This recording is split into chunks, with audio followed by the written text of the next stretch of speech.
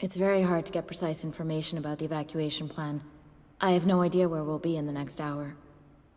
If only you were here. I Am Alive is a game that has been in development since 2007, and while it looked promising, all news and information on this game went dark for quite a long time.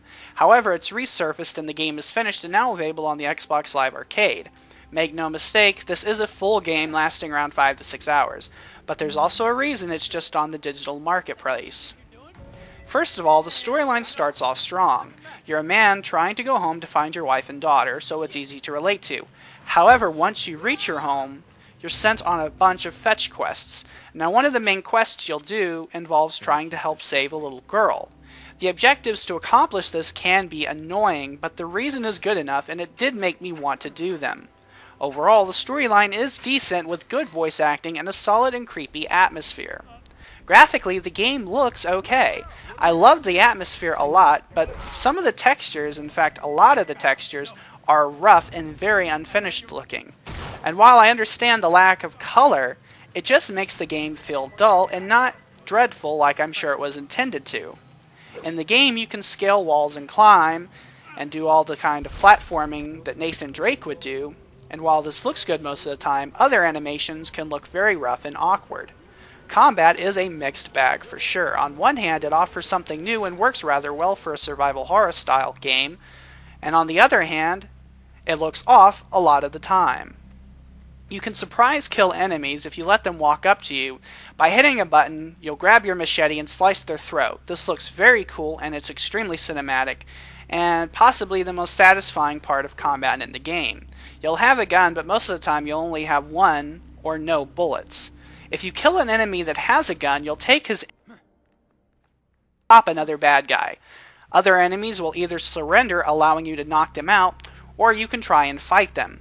Gunplay is done in first person, and I like the idea that one bullet is enough to take a single enemy down. It might not necessarily kill them, but they're definitely out of the fight, allowing you to possibly execute them with your machete while they're down. But you won't have enough ammo to really get into any major gun battles throughout the game. If you try and fight an enemy melee style, it leads you to a struggle kill system, which is just a button mashing event where you try to stab your enemy.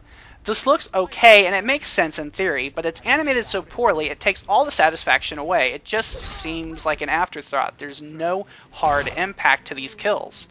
Also, you'll see the same killing animation nearly every single time. Platforming and exploration are the meat of the game. While platforming is fun, it's bogged down by two faults. One, it's clunky to control at times, and two, you have a stamina bar. Once it's empty, you'll fall down to your death. This seems like it would add immersion and also thrills to the game, but to refill it, you simply drink water or any other food items you may have in your backpack. This makes no sense, and if you try to climb on an empty bar doing a feat of strength, you will drain the stamina capacity, not just your stamina itself.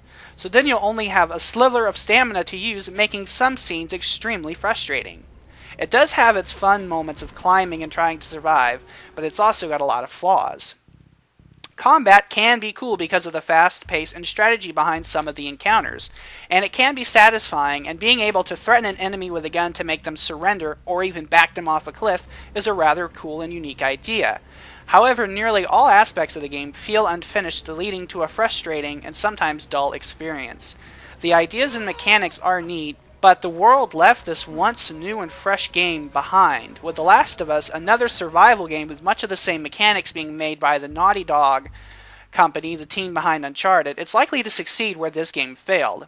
It's a shame, as it has moments of real fun and excitement, and I love the entire idea and premise behind the game.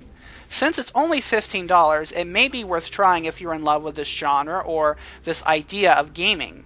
I won't lie, I did enjoy parts of the game, but that's mainly because there's no game like it today on the market. To me, it was also very linear for a real survival game. But it will show you what a true survival game could be like, and it does get me quite excited for The Last of Us. If you're not into survival and post-apocalyptic tales a la The Road, definitely don't waste your time or money on this title. If you love the idea, the genre, and these type of stories, it might be worth your time to try simply because there's no other game like this today. Thanks for watching my review. Please rate, comment, and subscribe.